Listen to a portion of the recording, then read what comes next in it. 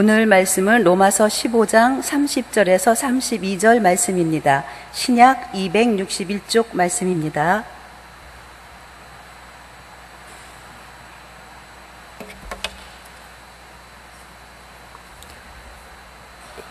형제들아, 내가 우리 주 예수 그리스도와 성령의 사랑으로 말미암아 너희를 권하노니 너희 기도에 나와 힘을 같이하여 나를 위하여 하나님께 빌어 나로 유대에서 순종하지 아니하는 자들로부터 건짐을 받게 하고, 또 예루살렘에 대하여 내가 섬기는 일을 성도들이 받을 만하게 하고, 나로 하나님의 뜻을 따라 기쁨으로 너희에게 나아가 너희와 함께 편히 쉬게 하라. 아멘. 이제 정조영 목사님 중보기도라는 제목으로 하나님의 말씀을 전해주시겠습니다. 하나님 아버지, 오늘도 이 수요일 저녁에 우리를 주님의 전 앞으로 불러주시고 예배하게 하시니 감사합니다. 연약하고 허물 많은 종은 십자가 뒤에 감추시고 오직 성령이 역사하사 하나님의 음성만 대언될 수 있게 하여 주옵소서. 예수님의 이름으로 기도드립니다. 아멘. 중보기도는 자신이 아닌 다른 사람이나 공동체, 교회, 기관, 국가 등을 위하여 하나님께 기도하는 것을 말합니다. 기도가 필요한 이들을 위하여 하나님께 그들의 기도를 대신 아뢰는 것이 바로 중보기도인 것입니다. 이와 같은 중보기도의 필요성은 영적 생활에 있어서 절대적입니다. 크게 두 가지 이유 때문에 그렇습니다. 첫 번째로, 중보기도가 필요하지 않은 사람은 없기 때문입니다. 본문에서 사도 바울은 로마 교회 성도들에게 자신을 위하여 기도를 부탁합니다. 바울은 로마서 1장부터 복음과 하나님의 구원의 경륜을 강론하였습니다. 하나님의 진리에 관한 지식에 관하여 비교하자면 로마 교회의 성도들은 그 수준과 깊이에 있어서 감히 바울을 넘볼 수 있거나 비교할 수 있는 대상이 아니었습니다. 그러나 바울은 겸손히 그들에게 자신을 위해서 기도해 줄 것을 요청하였습니다. 왜 그랬을까요? 왜 대사도인 바울이 로마 교회 성도들에게 자신의 기도를 부탁해야만 했을까요? 그것은 아마도 바울이 자신의 사역과 삶에서 중보 기도의 절실함을 몸소 체험했기 때문일 것입니다. 그는 연약해 보이는 한 명의 그리스도인이 기도할 때 그 한 명은 연약하지만 그의 기도를 들으시는 분은 만유의 주관자이신 하나님 아버지라는 것을 분명히 알고 있었습니다. 기도하는 자가 아무리 보잘것없어도 그 기도에 응답하시는 분은 전능하신 하나님이십니다. 그 기도를 듣겠다고 약속하신 분이 우리 구주이십니다. 그러므로 사도 바울은 자신을 위해서 로마교회 성도들에게 중보기도해달라고 부탁한 것입니다. 또한 중보기도가 누구에게나 필요하다는 것을 가장 잘 보여주는 결정적인 예는 바로 예수님 자신입니다. 마태복음 26장 37절로 38절 말씀을 함께 읽겠습니다. 시작. 베드로와 세베대의 두 아들을 데리고 가실새 고민하고 슬퍼하사 이에 말씀하시되 내 마음이 매우 고민하여 죽게 되었으니 너희는 여기 머물러 나와 함께 깨어 있으라 하시고. 매우 놀라운 말씀입니다. 예수님께서 십자가를 앞두고 고통스러운 심령으로 겟셋마네 동산에서 기도하셨습니다. 이때 혼자 기도하러 가신 것이 아니라 3명의 제자들을 함께 데리고 가셨습니다. 그리고 예수님은 제자들에게 나와 함께 깨어 있어라, 깨어 있어 기도하라고 하셨습니다. 우리의 주님께서 이 땅에 육신으로 계실 때 친히 예수님 자신을 위해서 함께 기도할 것을 요청하셨다는 것입니다. 하물며 우리 중에 어느 누구가 나는 다른 사람의 중보기도가 필요 없다고 말할 수가 있겠습니까? 예수님도 기도를 요청하셨는데요. 뿐만 아니라 중보기도가 절대적으로 필요한 이유는 교회의 본질됨이 바로 기도이기 때문입니다. 예수님께서 예루살렘 성전에 올라가셨을 때 돈 바꾸는 자들과 비둘기 파는 자들의 상을 둘러 엎으시면서 이렇게 말씀하셨습니다. 내 집은 만민이 기도하는 집이라 칭함을 받으리라고 하지 아니하였느냐? 너희는 강도의 소굴을 만들었도다. 예수님은 이때 하나님의 집의 본질을 천명하셨습니다. 내 아버지의 집은 만민이 기도하는 집이라는 것입니다. 그러므로 사랑하는 여러분, 교회의 본질은 기도입니다. 예수님을 믿는 자들이라면 유대인이든 이방인이든 남자든 여자든 나이가 적든지 많든지 기도의 자리에서는 예외가 되어서는 안 됩니다. 이처럼 교회의 본질이 기도일진데 교회의 섬김과 사랑과 봉사와 사역에 있어서 기도가 빠질 수 있을까요? 사실 성전에서 돈을 바꾸고 비둘기를 팔았던 사람들은 나름대로 율법이 가르치는 대로 하나님께 합당한 제사를 드리려고 한다는 의도를 갖고 있었습니다. 아무거나 제사 드릴 수 없잖아요. 재물이 흠이 상하면 안 되잖아요. 그러니까 먼 곳에서 온 사람들이 재물이 흠없이 갖고 온다는 게 불가능한 것입니다. 그래서 그렇게 돈도 성전세로 바꿔주고 비둘기 파는 자들도 있고 그런 것들이 자연스럽게 생겼다는 것입니다. 그러나 이들의 문제점이 무엇입니까? 그러한 목적을 앞세우면서 이방인들이 기도할 수 있는 공간을 침범하였습니다. 이방인의 뜰에다가 그들의 상을 펼친 것입니다. 예수님은 이에 대해서 분노하셨습니다. 사랑하는 여러분, 이것이 무엇을 의미합니까? 우리가 하나님을 위한 어떤 것을 하기를 의도하면서 기도가 뒷전으로 밀려나면 안 된다는 것입니다. 우리가 어떤 이들을 섬긴다는 목적으로 기도가 뒤로 밀려서는 안 됩니다. 오히려 기도를 통하여 하나님의 사역이 풍성케 되고 다른 이들을 섬기는 사역이 비로소 참 사역될 수 있는 것입니다. 그러므로 기도는 교회의 본질이며 기도로 섬기고 사역하는 중보기도는 교회의 필수적인 요소입니다.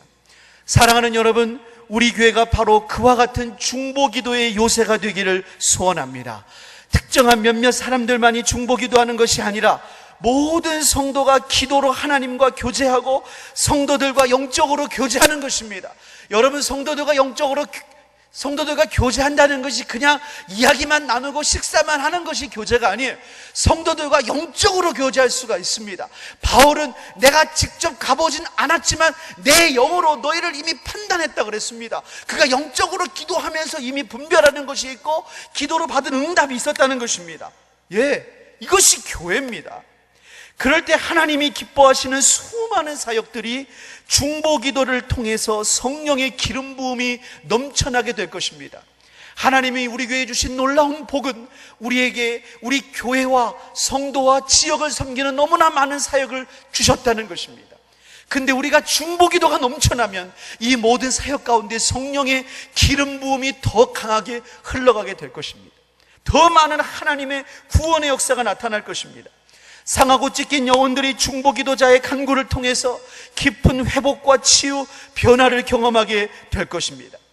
또한 우리는 지역적으로 천안과 아산을 발판으로 삼고 있지만 우리의 기도가 열방을 품고 북한과 세계를 위하여 중보하는 하나님의 나라의 군대라는 중보의 대군으로 세워질 줄을 분명히 믿습니다. 하나님이 지금도 우리에게 기도하게 하신 것처럼 앞으로 더욱더 그런 중보기도의 요새로 삼으시기를 주님의 이름으로 축복합니다. 본문은 이와 같은 중보기도에 대해서 몇 가지 중요한 원리를 알려주고 있습니다. 첫 번째로 중보기도는 마음을 같이하여 드리는 기도입니다. 오늘 본문 30절부터 32절 말씀을 다시 한번 읽어보겠습니다. 시작. 형제들아, 내가 우리 주 예수 그리스도의 성령의 사랑으로 말미암아 너희를 권하노니 너희 기도에 나와 힘을 같이하여 나를 위하여 하나님께 빌어 나로 유대에서 순종하지 아니하는 자들로부터 건짐을 받게 하고 또 예루살렘에 대하여 내가 섬기는 일을 성도들이 받을 만하게 하고 나로 하나님의 뜻을 따라 기쁨으로 너희에게 나아가 너희와 함께 편히 쉬게 하라. 사도 바울은 자신에 대한 중보기도를 부탁하면서 꽤 자세히 자신이 처한 상황을 나누고 있습니다. 이 내용은 오늘 본문에 좀 앞에 해당하는 15장 22절부터 29절까지에 자세히 등장하고 있습니다. 그리고 오늘 본문 30절에서 나를 위해 기도해달라, 이 중보기도를 부탁한 이후에 31절 32절에는 너희의 기도를 통해서 이런 응답이 오게 될 것을 그가 믿음으로 고백하고 있습니다. 그렇다면 사도 바울이 당면한 문제는 무엇이었을까요? 크게 세 가지 정도가 됩니다. 첫 번째로는 유대에서 순종하지 않는 무리들의 박해로부터 건짐을 받는 것이었습니다. 이제 바울은 예루살렘으로 향하게 됩니다. 지금까지 바울의 선교에서 주된 대적자들은 극단적이고 호전적인 유대인들이었습니다. 사실 이들은 유대인들이라고 하지만, 하나님의 율법을 지킨다고 하지만 실제로는 사탄의 하수인 노릇하며 복음을 대적하는 자들이었습니다. 이들로부터 건짐을 받기 위해서 간구해달라는 것이 바울의 첫 번째 기도 제목이었습니다. 두 번째, 바울이 처한 상황은 예루살렘 교회가 지금 굉장히 경제적으로 열악한 상황에 놓여 있었습니다. 그래서 바울이 지금까지 사역하고 개척했던 교회에서 이 예루살렘 모교회를 돕기 위한 구제금을 헌금으로 받았습니다. 이것을 잘 전달하는 것이 그의 소원이었습니다. 이 거액의 헌금에 대해서 어떠한 오해가 없기를 바랬습니다. 그래서 그는 대표단을 꽤 여러 교회에서 대표적으로 모집해서 전달할 수 있는 대표 단도 꾸렸습니다. 어떤 오해도 받지 않기를 원했고, 손실되지도 않고, 또한 이것이 예루살렘 교회에 전달됐을 때 그들이 은혜가 되고 유익하게 쓰임받기를 기도해 달라는 것입니다. 이것이 그의 두 번째 기도 제목이었습니다. 세 번째 상황은 바울은 로마에 가기를 계속해서 희망해 왔습니다. 그런데 여러 번 길이 막혔다는 것입니다. 그래서 이번에 예루살렘을 방문한 후에 하나님의 뜻 가운데 로마 교회에 가서 너희들을 기쁨으로 만날 수 있기를 기도 부탁하고 있는 것입니다. 근데 여러분, 이런 바울의 세 가지 기도 제목과 그의 상황을 나누는 것을 볼 때에 우리가 느껴지는 것이 있습니다. 우리가 로마서를 처음부터 꼼꼼히 읽다 보면 이렇게 바울이 자기의 상황을 오픈한 것은 참 이례적이라는 느낌이 듭니다. 사실 로마서는 편지입니다. 편지니까 자기 얘기를 하는 것이 마땅하겠지요. 그것도 아직 한 번도 직접 가보지 않은 로마 교회에 보내는 편지입니다. 그러니까 자기에 대해서 좀 알리고 안부를 전하고 그간에 진작 가보지 못한 그의 상황과 마음을 구구절절 표현할 법도 합니다. 하지만 바울은 로마서 초반에 내가 정말 가고 싶었지만 길이 막혔다 하는 몇 가지 간략한 언급을 제외하고는 이런 말들을 초반에 하지 않아요. 그 대신 바울은 복음 시작할 때부터 이 복음은 하고 그냥 서론부터 없어요. 이 복음을 하나님이 약속하신 것이고 막 1장부터 복음을 몰아칩니다.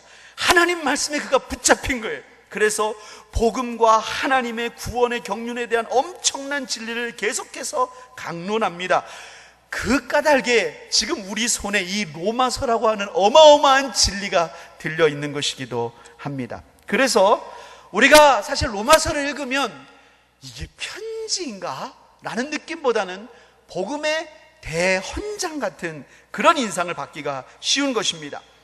그러나 그럼에도 불구하고 이제 바울이 자신의 기도 제목을 부탁할 때는 보다 상세하게 자신의 상황을 설명합니다. 왜 그렇습니까? 중보기도는 고통당한 자의 상황에 동참하여 같은 마음으로 드리는 기도이기 때문입니다. 중보기도를 하는 사람은 그 사람을 위해서 마치 자신이 당한 일처럼 내 마음에 품고 대신 기도하는 것입니다. 로마 교회가 바울을 위하여 진심으로 기도하기 위해서는 바울이 진정으로 소망하는 바가 무엇인지, 바울이 하나님께로부터 받은 마음이 무엇인지, 그것 때문에 그가 무엇을 놓고 분투하고 있는지 이것을 좀 알아야 됐습니다. 그리고 같은 마음을 품고 기도할 필요가 반드시 있었던 것입니다. 그렇기 때문에 그는 자신의 상황을 나눌 수 있는 여러 가지 언급을 하게 된 것입니다. 이처럼 중보기도는 마음을 같이하여 드리는 기도입니다. 병든 자를 위해서 기도할 때 하나님은 우리가 그의 아픔에 동참하게 하시기를 원합니다. 어떤 면에 여러분들이 이 세상을 살면서 많은 아픔과 눈물을 경험했다는 것은 그만큼 여러분들이 중보기도자로 부름받은 영역이 더 많고 구체적이라는 것을 의미하기도 합니다. 무너지고 깨어진 사람을 보면서, 그 시대를 보면서, 환경을 보면서 하나님 앞에 깨지고 상한 마음을 가지고 하나님 앞에 기도하며 나가는 사람이 중보기도자입니다. 거기에 대해서 한 발짝 물러서서 기도하는 것이 아니라 같은 마음으로 기도하는 거예요. 마치 다니엘이 바벨론의 포로에 갔지만 그 포로의 땅에서 그가 자수성가하여 정말 총리 중에 총리가 되었을 때 그가 그것에 만족하지 않고 예루살렘 향해 창을 열고 자신의 민족의 죄악을 통회하고 기도했던 것처럼 그가 기도하는 그것을 위해 같은 마음으로 기도하는 것이죠. 사랑하는 여러분, 이처럼 중보 기도는 마음을 같이하여 드리는 기도입니다. 근데 사랑하는 여러분, 여기서 우리가 조금 더 깊이 생각해야 될 것이 있습니다. 우리가 마음을 같이하여 기도한다고 할 때, 이 마음을 같이 한다고 할 때 단순히 어떤 사람이 고통당하고 있는 그 문제 속에 그 어떤 굉장히 힘든 일이 있어요. 막 빚더미에 있거나 막 질병 가운데 있거나 이제는 정말 어떻게 살아날 기미가 안 보이는 그런 문제가 있어요. 그 고통 속으로 그걸 함께 품다가 함께 함몰되는 것을 의미하는 것은 절대로 아닙니다.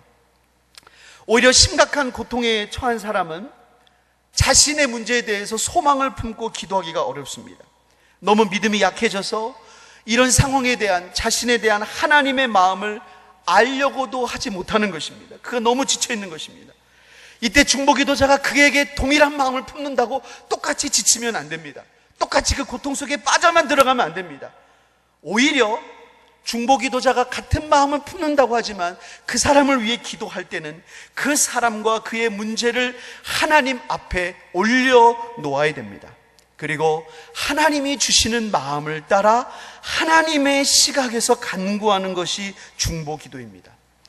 고통을 당한 사람이 마땅히 간구해야 되지만 알지 못하는 기도 제목이 있습니다. 너무나 힘들어서 그가 뭘 기도해야 될지 몰라요. 하지만 성령은 마땅히 간구해야 되지만 알지 못하는 기도를 우리를 위해 대신 탄식으로 기도하신다고 그랬습니다.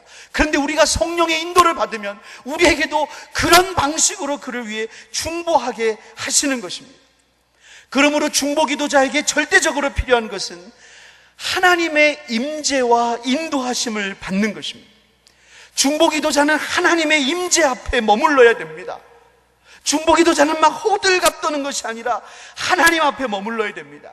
그 결과 하나님으로부터 그 사람이나 혹은 그 사람에 대해서 무엇을 간구해야 될지를 묻고 주시는 마음을 따라서 기도하는 것입니다. 성령으로 기도하는 것입니다. 이럴 때 중보기도자는 하나님이 주시는 마음을 가지고 기도하기 시작합니다. 어떤 문제들을 내 생각이나 그 사람의 생각, 사람의 생각으로 보는 게 아니라 하나님의 관점에서 바라보는 것입니다. 하나님의 눈으로 바라보는 것입니다. 그리고 하나님의 눈으로 품고 기도하는 것입니다. 절망에 빠진 사람이 있습니다. 그때 그 사람을 하나님께 올려놓는 것입니다. 하나님 이 사람을 어떻게 합니까? 하나님께 올려놓으면 하나님은 그 사람에 대해서 소망의 말씀을 주시는 거예요. 그러면 그 소망의 말씀을 가지고 선포하는 거예요. 향락에 빠진 자에게 탄식하시는 성령의 인도하심을 따라 기도하는 것입니다.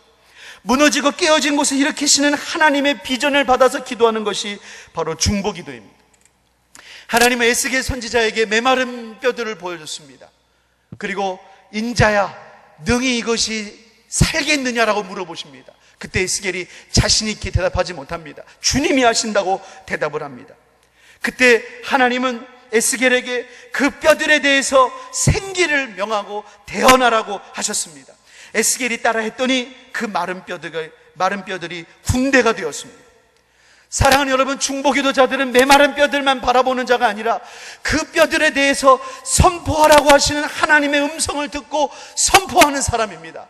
지금 상황이 너무나 메마른 뼈 같아도 중보기도자는 하나님의 임재와 인도하심 가운데서 하나님의 마음과 하나님의 뜻을 깨닫고 선포하는 것입니다. 하나님, 우리의 공동체가 살아나게 될 줄을 믿습니다. 하나님, 아무개가 지금 이런 모습이 아니라 하나님의 뜻대로 일어나게 될 것을 선포합니다. 하나님의 군대가 될 것을 선포합니다. 하나님의 나라가 그들 가운데 임하게 될 것을 선포합니다. 하나님의 마음으로 그들을 선포하는 거예요. 하나님, 내가 보기에도 그들은 죽겠습니다. 하나님, 죽여주십시오. 이게 기도가 아닙니다.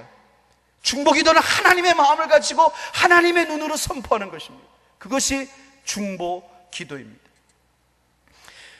그러므로 이와 같이 하나님의 임재와 인도하심을 통하여 고통당한 자의 마음을 품지 않고 기도하지 않으면 참된 중보기도가 될 수 없습니다. 예를 들어서 만약에 로마교회 성도들이 사도 바울의 기도 부탁을 이 편지를 받아서 읽었을 때 하나님의 인도하심과 임재하심에서 무지했다고 생각해 보십시오. 분명히 어떤 이들은 이렇게 말했을지 모릅니다. 야, 이 바울이란 사람 말이야, 참 유별난 양반이야. 믿어도 적당히 믿지 왜 괜히 유대인을 자극해가지고 목숨이 위태로워질 것이 뭐람. 그리고 이제 막 생겨난 교회에서 뭔 구제 헌금은 걷어가지고 예루살렘 교회에 갖다 준다고 이 부담을 혼자 따지고, 아이고 이 바울이라는 사람한테는 일만 만드는 사람이야, 이렇게 평가했을 수도 있어요. 하나님의 임재와 인도함 없이 기도 부탁을 받으면 그럴 수 있어요. 복음 전도는 유난한 것으로, 구제 사역은 괜한 일을 하는 것으로 오도되는 것입니다. 그러므로 우리가 여러분 진짜 중보 기도자가 되기 위해서는 하나님의 임재 안에 머무르시기를 주님의 이름으로 축복합니다. 하나님께 먼저 그 기도 제목을 올려놓으시기를 소원합니다. 그리고 하나님이 주시는 마음을 따라서 간구해야 하는 것입니다. 두 번째로, 중보 기도는 함께 영적 전쟁을 하는 것입니다. 본문 30절 말씀을 한번 읽어보겠습니다. 30절 말씀 시작. 형제들아, 내가 우리 주 예수 그리스도와 성령의 사랑으로 말미암아 너희를 권하노니 너희 기도에 나와 힘을 같이하여 나를 위하여 하나님께 빌어. 사도 바울은 너희 기도에 나와 힘을 같이하여 나를 위하여 하나님께 빌라고 요구합니다. 이때 힘을 같이 하다에 해당하는 헬라어는 쉬나고니 사스다이입니다. 이 뜻이 뭐냐? 이 뜻은, 이 본래적인 뜻은 함께 분투하다, 함께 투쟁하다라는 것입니다. 그러니까 중보기도라는 것은 그냥 기도하면서 힘을 보태주는 정도가 아니라 기도로서 함께 분투하고 투쟁하는 것을 의미합니다. 중보기도는 기도로 영적인 전쟁에 동참하는 것입니다. 사랑하는 여러분, 중보기도가 바로 이런 영적 전쟁을 하는 기도라고 해야 할 때, 우리가 중보기도를 해야 될 아주 시급한 영역이 어디냐? 바로 치열한 영적 전쟁이 이루어지고 있는 곳입니다. 영적 전쟁의 한복판에서 치열한 전투를 감당하고 있는 이들을 위해서 중보기도로 영적 전투에 동참해야 됩니다.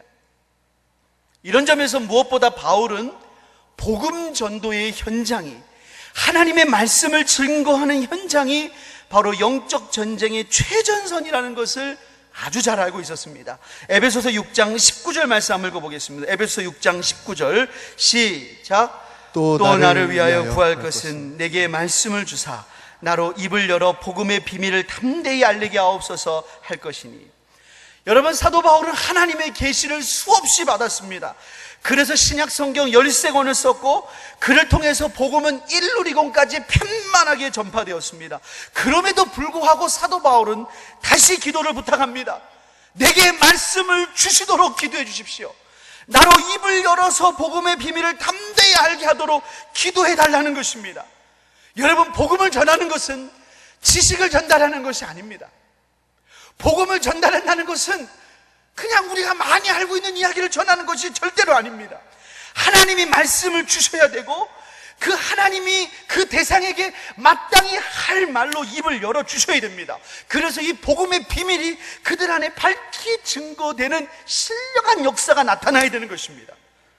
이게 복음 전파고 하나님 말씀을 증거하는 거예요. 그래서 영적 전쟁의 최전선은 바로 이 복음이 전파되는 것과 긴밀히 관계되어 있습니다. 고린도후서 4장 4절 말씀 한번 읽어보겠습니다. 고린도후서 4장 4절 말씀 한번 읽어보겠습니다. 시작. 그 중에 이 세상 신이 믿지 아니하는 자들의 마음을 혼미하게 하여 그리스도의 영광의 복음의 광채가 비치지 못하게 함이니 그리스도는 하나님의 형상이니라.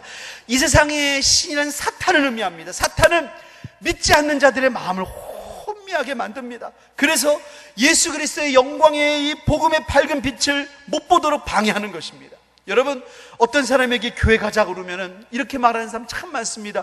바빠서 못 갑니다. 좀 한가해지면 갈게요. 여러분, 이것이 우리가 그렇게 말할 수 있게 생각할 수 있지만, 사실 영적으로 보면 사탄에게 혼미케 되어서 복음의 영광의 광채를 못 보기 때문에 그렇습니다. 여러분, 만약에 복권에 당첨됐다, 아무리 바빠도 당첨금 받으러 잠깐 시간 낼 수 있습니까? 없습니까? 여러분이 한 1억 정도 당첨되셨어요? 근데 주일날 와서 1시간 반 정도 시간을 내야 됩니다. 여러분, 내시겠습니까? 안 내시겠습니까? 안 내시는 분도 계신 것 같아요. 근데 예수님 앞에 나와서 기도한다, 주일을 하나님 앞에 예배로 나아간다는 거, 이 바빠서 못한다, 이건 복음이 얼마나 시급한지를 모르는 것이고 그 영광을 모르게 하는 거예요. 이렇게 해놓은 게 뭐냐? 이 미혹하는 세력인 사탄인 거예요. 사탄이 이게 막 혼미케 해놓은 거예요. 여러분 어떻게 됩니까? 그 사람에게 뭐라고 하기 전에 그 묶고 있는 사탄의 권세를 영적 전쟁의 기도로서 추방해서 물리쳐야 되는 거예요. 밝게 보도록 추방하고 물리치고 그들을 풀어놔야 되는 거예요. 그래야 그 사람이 밝게 보고 복음을 영접하는 거예요. 어떤 경우는 그냥 복음만 전해도 받아들인 경우 있잖아요. 누군가 그를 위해 기도한 거예요. 누군가 기도한 거예요. 누군가 기도해서 그에게 이미 영적 전쟁의 승리가 임해서 그렇게 복음을 받아들이는 것입니다. 예수님께서도 씨 뿌리는 자의 비유를 통해서 이것을 경고하셨습니다. 씨 뿌리는 자의 비유에 4개 밭이 나오잖아요. 첫 번째 밭이 뭐냐? 이 첫 번째가 영적으로 무슨 현상이냐? 우리 한번 마태복음 13장 18절 19절 읽어보겠습니다. 시작. 그런즉 씨 뿌리는 비유를 들으라. 아무나 천국 말씀을 듣고 깨닫지 못할 때는 악한 자가 와서 그 마음에 뿌려진 것을 빼앗나니 이는 곧 길가에 뿌려진 자요. 복음을 들을 때 깨닫지 못하게 만들고 그렇게 깨닫지 못한 말씀을 새가 집어먹듯이 빼앗아가는 게 바로 사탄의 역사입니다. 여러분, 우리가 전도하다 보면 막 우리의 마음을 흐트러뜨리게 만들고, C.S. 루이스는 사탄의 방해를 이렇게 말하잖아요. 꼭 하나님 앞에 나가서 은혜 받으려고 그러고 하나님의 말씀을 가까이 하려고 할 때 누군가 와서 말을 건다는 거예요. 여보게 우리 커피 한잔 하세요. 이게 사탄의 역사일 수 있다고 그랬어요. 그런 거예요. 그런 거예요. 여러분, 복음을 전하려고 보세요. 꼭 복음을 전할 때 뭐가 옵니까? 전화가 온단 말이에요. 전화가. 그래서 지혜로운 전도자들은 전화가 안 터지는 곳에 가서 복음을 전해야 돼요. 농담 같지만 진짜예요. 사탄이 얼마나 방해하는데요. 얼마나 방해하는지 몰라요. 얼마나 방해하는지 몰라요. 이 영적 전쟁에서 승리하기 위해서는 반드시 영적 전쟁을 위한 기도가 절대적으로 필요한 거예요. 여러분, 그렇다면 우리가 이렇게 복음 전도와 하나님 말씀을 위해 기도해야 될 때 우리에게 당연하게 도출되는 결과가 하나 있습니다. 담임 목사님의 사역을 위해서 우리가 충고 기도해야 됩니다. 여러분, 아멘이십니까? 담임 목사님 뒤에 계셔서 제가 드리는 말씀이 절대로 아닙니다. 저는 성결동산 가서 기도할 때마다 제일 먼저 회개하고 이걸 다 한 다음에 나라를 위해 기도하고 교회를 위해 기도할 때 목사님의 말씀 사역을 위해서 우리가 날마다 기도했습니다. 왜 그런 줄 아세요? 영적으로 보면 여러분, 이 교회 주일마다 온 모든 사람들이 하나님의 말씀의 검으로 막 수술을 받고 있는 중이에요. 또 말씀을 공급받고 있는 중이에요. 근데 참 신기하게도 지난밤에 그렇게 푹 잤던 사람이 하나님 말씀만 들으려고 그러면 대부분의 사람만 웃기도 하고 기분도 좋은데 그 사람만 집중 못하는 사람이 있습니까? 없습니까? 무슨 주보를 그렇게 사랑하는지, 무슨 주보에 그렇게 놀라운 내용이 많은지, 주보를 너무 열심히 연구하시다가 놀라운 건 갈 때는 꼭 필경대에 두고 가시더라 이 말이죠. 저는 이해할 수가 없어요. 이해할 수가 없어요. 그래서 주보가 나중에 나갈 때 막 앞뒤가 막 섞여 있어요. 근데 왜 그런가 봤더니 다 두고 가시는 거예요. 주보를 너무 많이 봐가지고 외워보셨나 봐요. 영적인 일입니다. 영적인 일이에요. 이거 영적인 일을 모르면 기도하지 않습니다. 이걸 느껴지면 기도하게 돼 있어요. 여러분, 위대한 복음 전도자와 위대한 설교자 뒤에는 반드시 헌신된 중보 기도자들이 있습니다. 여러분, 맞습니까? 아닙니까? 저는 가끔 여러분들이 여기에 나와서 10분만이라도 설교했으면 좋겠습니다. 그러면 그 마음, 셀리다만 해도 아실 거예요. 아시죠? 셀리다 아시죠? 여러분, 제가 작년 중반까지는 중등부에서 매주 설교를 했습니다. 토요일에 저는 마트에서 장을 저녁에 본 적이 없어요. 거의 없습니다. 제가 지금도 토요일날만 신방도 하고 하지만 지금은 필요에 따라 마트를 갑니다. 가도 될 만큼의 그 긴장감이 없어요. 근데 주일날 설교가 있으면 저는 토요일날 밤에 마트 가서 장을 볼 정도의 여유는 없어져요. 강단에 서보면 알아요. 한 영혼이 예수님을 만나는 게 사람이 하는 게 절대로 아니에요, 여러분. 근데 그 엄청난 영적 전쟁에 목사님 혼자 보내드리고 우리는 날마다 은혜만 받으려고, 이건 너무나, 이건 아닙니다, 여러분. 맞습니까? 아닙니까? 저는 은평성교회 원로 목사님이신 이병돈 목사님이 여러 교회에 와서, 제가 서울 서지방에 있었기 때문에 여러 교회에 와서 뭐 이렇게 교회에 대한 권면의 말씀할 때마다 꼭 하셨던 말씀이 있었어요. 그건 뭐라고 하시냐면, 자기가 사실 그분은 말씀이 좋으시지만 점잖은 어른이시거든요. 말씀이 점잖하시잖아요. 근데 참 그 은평교회가 그 지역에 소문난 은혜로운 교회로 소문이 났다는 거예요. 예배 시간 30분 전부터 한 200명 정도가 여기서 담임 목사님 설교를 위해 200명 정도가 다 주의 2부 전에 30분 전에 기도, 3부 전에 30분 전에 기도하고, 그래서 본인이 그분들을 놓고 무임 전도사님들이라고 친히 말씀하셨다는 거예요. 당신들의 사례비는 천국 가서 꼭 나올 거라고. 왜? 그렇게 사역을 하셨다는 거예요. 이처럼 복음의 능력이 나타나는 것은 기도로서 영적 전쟁에 승리하는 결과입니다. 그래서 R.A. 토레이 목사님은 우리가 부흥을 원한다면 부흥을 위해 중보기도할 것을 요청했습니다. 현재 교회가 해야 할 중요한 일 가운데 하나는 하나님이 성령을 강력히 부으실 때까지 끈질기게 기도하는 일이다. 과거 사례를 볼 때 말씀 선포나 사람의 노력이 적더라도 위대한 부흥이 일어난 적이 있다. 그러나 풍성한 기도 없이 진정한 부흥이 일어난 적은 한 번도 없었다. 오늘날 우리가 말하는 부흥은 인간이 자기의 노력이 만들어낸 발명품에 불과할 수 있다. 진정한 부흥은 오직 기도로 일어난다. 사랑하는 여러분, 영적 전쟁의 최전방에서 기도하시기를 소원합니다.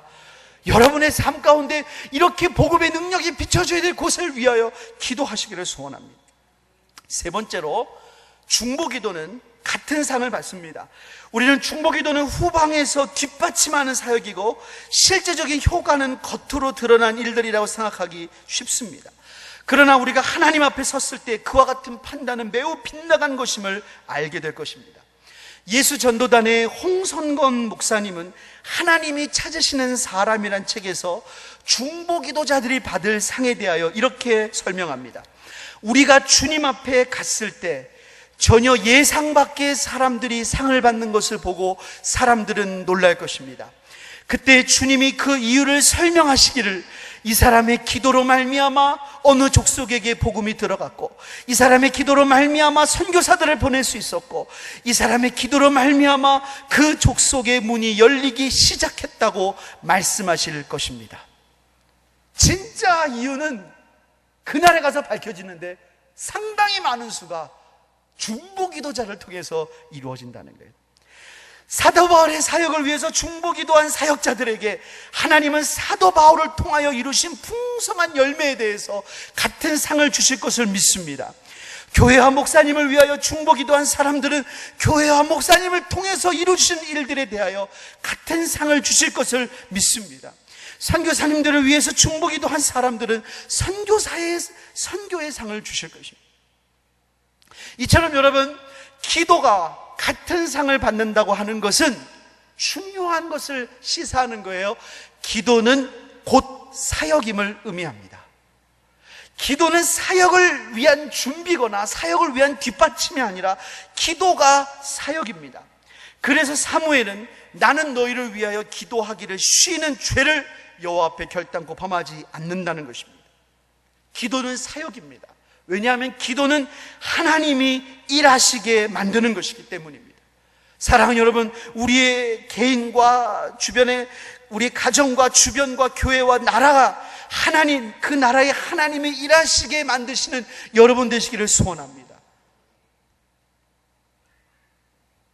북한이 ICBM급 미사일을 만들어서 쏘아 올렸습니다. 언론은 많은 시간이 걸릴 거라고 그랬는데 언론의 기대를 다 깨고 그런 보도가 우리 귀에 들려옵니다. 우리에게 주어진 사명은 이 나라를 위해 기도하는 것인 줄을 믿습니다.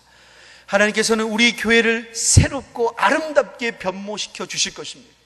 근데 이곳에 더욱더 기도가 가득하게 되기를 주님의 이름으로 축복합니다. 우리 시간에 함께 기도하겠습니다. 먼저 이 시간에 들은 말씀을 붙잡고 기도하겠습니다. 우리가 먼저 하나님 앞에 중보기도의 사명을 게을리했던 것을 이 시간 회개하기를 소원합니다. 하나님, 우리가 너무나 기도하지 못했습니다. 특별히 중보기도하지 못했습니다. 교회를 위해, 목사님을 위해 기도하지 못했고, 나라를 위해 기도하지 못했고, 나의 기도가 필요한 사람들을 위해 기도하지 못했고, 기도 부탁을 받았지만 더 기도하지 못했음을 주님 고백합니다. 하나님 용서하여 주옵소서. 이제 하나님의 임재 앞에 머물러 기도하는 기도자가 되기를 원합니다. 하나님, 우리를 그런 기도자로 세워 주시옵소서. 우리 주님의 이름 한번 부르고 합심으로 기도합니다. 주여! 하나님 아버지, 하나님 아버지, 하나님, 우리가 하나님 앞에 기도합니다. 하나님, 교회의 본질은 기도일진데 하나님, 주에게 교회에 맡긴 모든 사역이 기도로 이루어져야 된다는 것을 우리가 알면서도 더 많이 기도하지 못했음을 고백합니다. 더 분투하며 기도하지 못했음을 고백합니다. 하나님 아버지 용서하여 주옵소서. 하나님 용서하여 주옵소서. 하나님, 우리가 교회를 위해 기도합니다. 하나님, 우리가 목사님을 위해 기도합니다. 하나님, 우리가 성도들을 위해 기도합니다. 하나님, 우리가 나라를 위해 기도합니다. 열방을 위해 기도합니다. 북한을 위해 기도합니다. 하나님, 우리가 그런 기도자가 되기를 원합니다.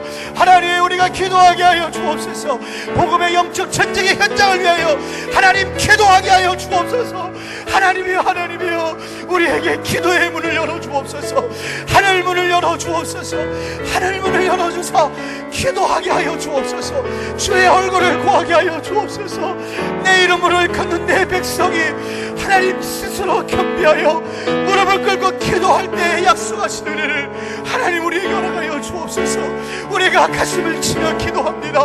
가슴을 치며 간구합니다. 하나님이여, 불쌍히 여겨 주옵소서. 그리고 다시 한번 소원하기를, 우리가 기도하려고 그러면 기도하지 못하는 냉랭한 가슴 되지 않게 하여 주시고, 하나님, 우리가 기도할 때마다 성령의 인도를 따라 기도하는 하나님의 사람이 되기를 원합니다. 우리께서 기도할 때 나라와 민족을 위해 기도합니다. 우리 교회의 비전 11,100을 위해 기도합니다. 사랑하는 담임 목사님을 위하여 더욱더 갑절의 영감과 강건하심을 위해 기도해 주시고, 리모델링과 주차장 구입을 위해 기도해 주시고, 고통과 아픔과 시리에 빠진 교우들을 위해서 기도해 주시기를 바랍니다. 또 오늘 주간화 예배드리는 케냐 지역과 케냐에 파송된 선교사님들을 위해서 우리 같이 주님의 이름 한번 부르짖고 합심으로 기도합니다. 주여! 하나님 아버지, 이 나라와 민족을 위하여 기도합니다. 하나님, 이 나라를 불쌍히 여겨 주옵소서. 다시는 여기와 같은 하나님 동족 산장의 비가 있지 않게 도와주시고, 하나님 저 북녘 땅에 복음이 들어가게 도와주시고, 이 한반도가 안정이 되게 도와주시옵소서. 하나님, 여호와를 경외하는 나라가 되게 하여 주옵시고, 오만 교회 1200만 성도가 깨어 기도하게 하여 주시고, 이 땅의 목회자들을 살려주시고, 성도들을 살려주시고, 하나님, 그래서 이 위기의 때에 하나님, 우리가 각성하여서 하나님 앞에 기도할 수 있는 힘 주시기를 원합니다. 우리 교회를 기억하사 비전 11,100을 속히 이루어 주옵소서. 10,000명의 예배자와 1,000명의 사역자와 하나님의 100명의 선교사를 파송하고 100교회와 100가정을 돕는 우리 교회 되기를 원합니다.